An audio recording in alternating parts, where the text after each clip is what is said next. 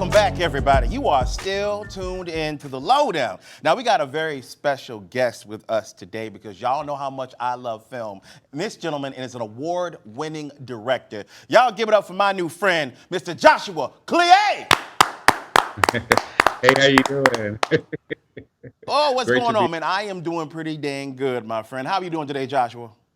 I'm doing great. I'm doing great. Just glad to be alive. Just glad to be awake. And it's Juneteenth, so happy to be Happy here. Juneteenth, my friend. Yes, Hey, happy Juneteenth. Look at us, two black men having a conversation on the third largest black-owned station in uh, America. We're gonna clap again for that, yes. that part. Right here on Afro, man. Well, first off, congratulations again, my friend, Thank on you. winning a Thank you so Webby much. Thank Award. you. Come on, look at all this clapping we get to do today, man. Has Thank it you sunk so in much. yet that you still have won? Has it finally hit you? Yeah, it really has.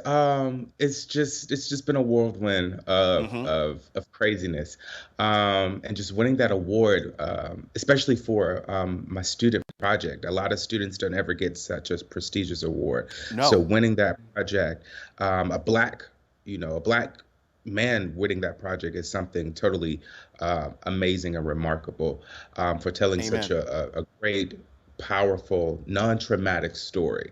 And so I'm just happy to have been nominated, and I'm happy to have won. The people helped me, so They I'm definitely really did. excited. Thank you. Now, I got to ask you, man, because you are very good at what you do. You are truly talented. But I want to know, where did it start, though? Because I know you love film. I can tell by the way you do what you do. Do you remember the earliest times where you were like, man, I want to do this the rest of my life? Yeah. Yeah. So I remember like 3, 4 years old, back in the '90s, just watching TV, when there were still commercials, Yeah. and just No it just streaming.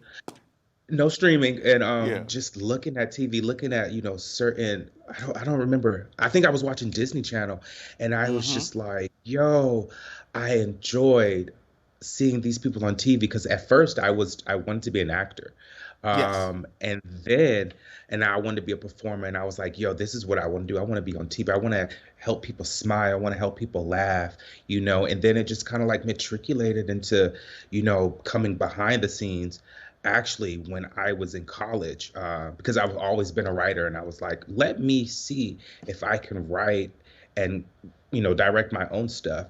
And one kind of like day, I was like, in my apartment, and like it was wild. I don't know if you guys have ever had that moment where like it feels like you could hear the trumpets of heaven, just kind of like, it was one What? of those Moments. moments. And Yes. I was like, I'm supposed to be a director. There you go. Okay. And so I just started to just kind of like, because I got it. It just connected everything together. I was an actor. I knew how to write. I knew how to, I understood vision. And Mm-hmm. so my first directorial debut was in theater. It was for my undergraduate thesis. And it was a one woman show. My talent, she acted about, 13 characters, Whoa. um, just her. And we created different ways to portray the characters, different ways for them to speak, different movements, different gestures.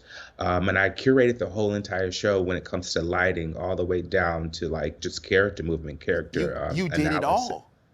I did it all. You did it all. Different, Except act in it. You let her do it. But except yeah, you did acting. it all. I let her did it. And it got to the point, it was on a Friday night, family came in. It was like one of the last events of that school term, and Mm-hmm. I was panicking because we were full house.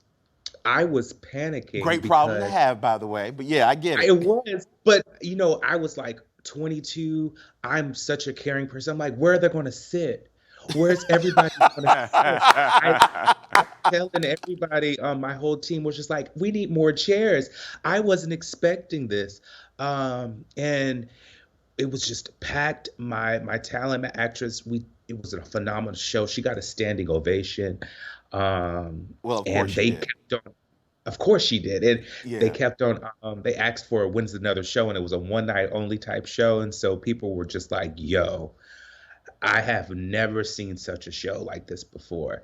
And that was pretty much the start of my directing career, if you will. Because I So just you knew. came in on a high note, though. I mean, come on, man. Yeah. One thing about me is when I have a vision, when I have a clearer vision, I Hmm. don't let anything stop me, because it's a greater, I know there's a greater impact.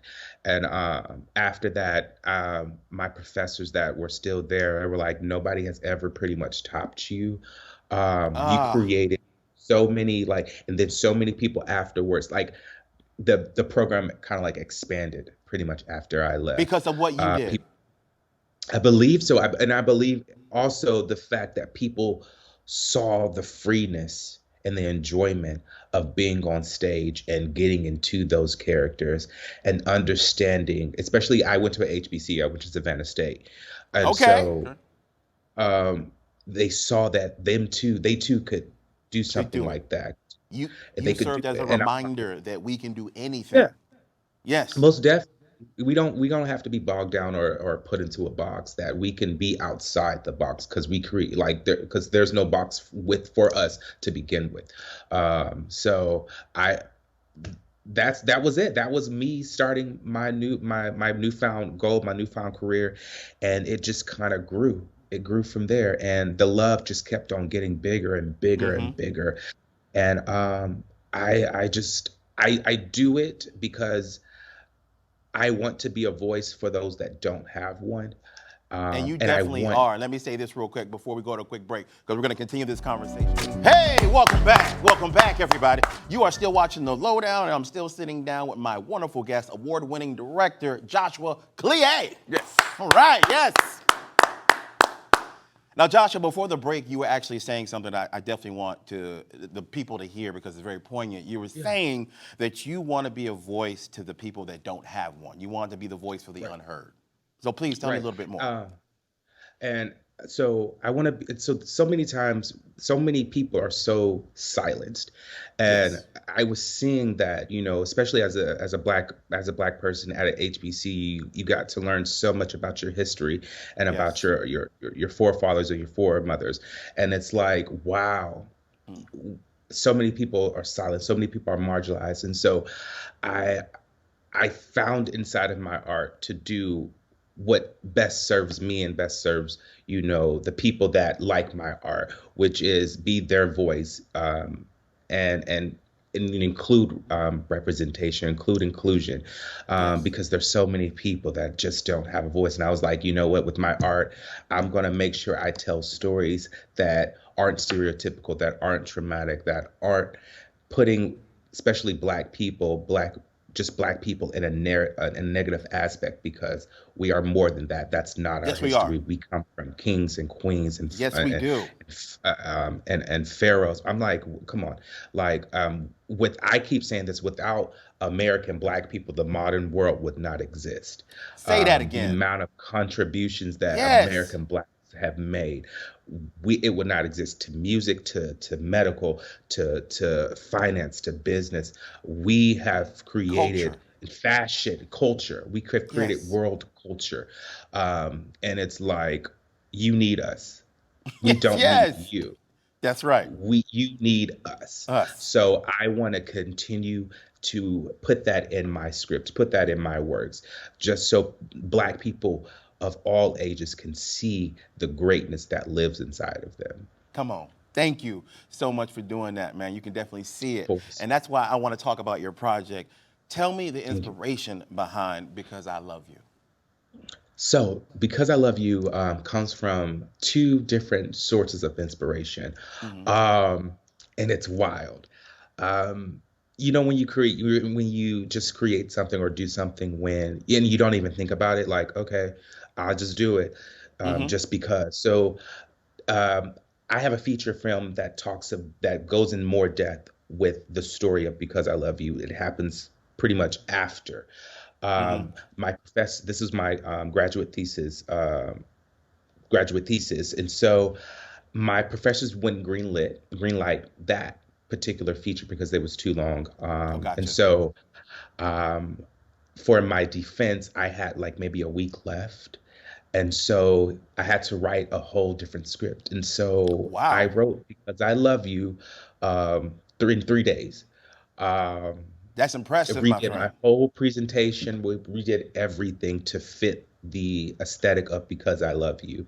Hmm. Uh, and that was how it came about. Now, Because I Love You, the original version is a completely different script than what became Because I Love You. Okay. But it has the same elements, the same characters, but just different ways of how things happen.